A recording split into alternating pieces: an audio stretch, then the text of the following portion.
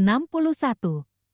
Bagaikan apakah nampaknya dia yang duduk di tahta itu? Menurut Wahyu 4:3. Jawab, bagaikan permata yaspis dan permata sardis. 62. Bagaikan apakah rupanya suatu pelangi melingkungi tahta itu gilang gemilang? Menurut Wahyu 4:3. Jawab, bagaikan zamrud rupanya. 63. Apakah yang keluar dari tahta itu? Menurut Wahyu 4:5. Jawab, kilat dan bunyi guruh yang menderu. 64. Apakah ketujuh roh Allah itu yang ada di hadapan tahta itu? Menurut Wahyu 4:5. Jawab, 7 obor menyala-nyala. 65.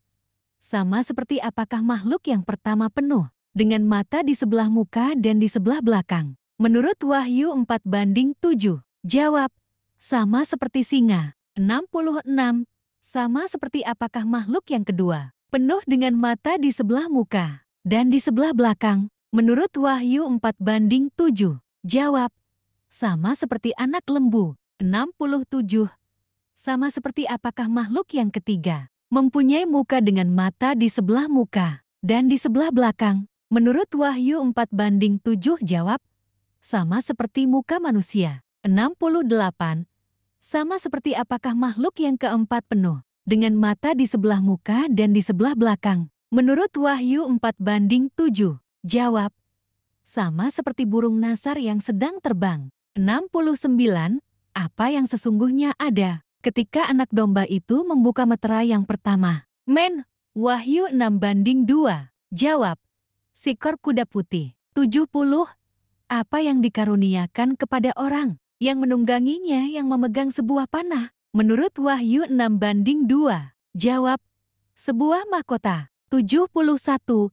Apa yang sesungguhnya ada ketika anak domba itu membuka meterai yang kedua? Menurut Wahyu 6:4. Jawab, seekor kuda merah padam. 72. Apa yang dikaruniakan kepada orang yang menungganginya untuk mengambil damai sejahtera dari atas bumi? Menurut Wahyu 6:4. Jawab, kuasa. 73. Apa yang sesungguhnya ada ketika anak domba itu membuka meterai yang ketiga? Menurut Wahyu 6:5. Jawab, seekor kuda hitam. 74. Apa yang dipegang dan ada di tangan orang yang menungganginya ketika anak domba membuka meterai yang ketiga? Menurut Wahyu 6:5. Jawab, sebuah timbangan. 75. Apa yang sesungguhnya ada ketika anak domba itu membuka meterai yang keempat?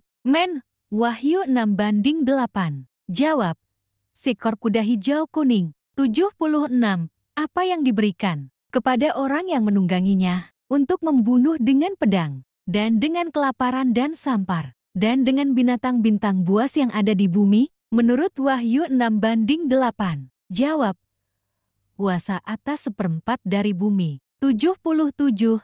Apa yang aku lihat di bawah mezbah ketika anak domba itu membuka meterai yang kelima? Menurut Wahyu 6:9. Jawab, jiwa-jiwa mereka yang telah dibunuh. 78.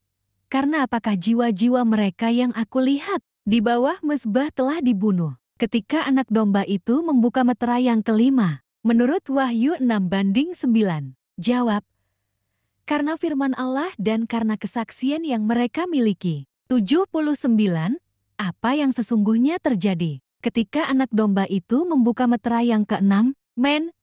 Jam 6:12. Jawab, gempa bumi yang dahsyat. 80. Menjadi apakah matahari bagaikan karung rambut ketika anak domba itu membuka meterai yang keenam? Menurut Wahyu jam 6:12. Jawab, menjadi hitam. 81.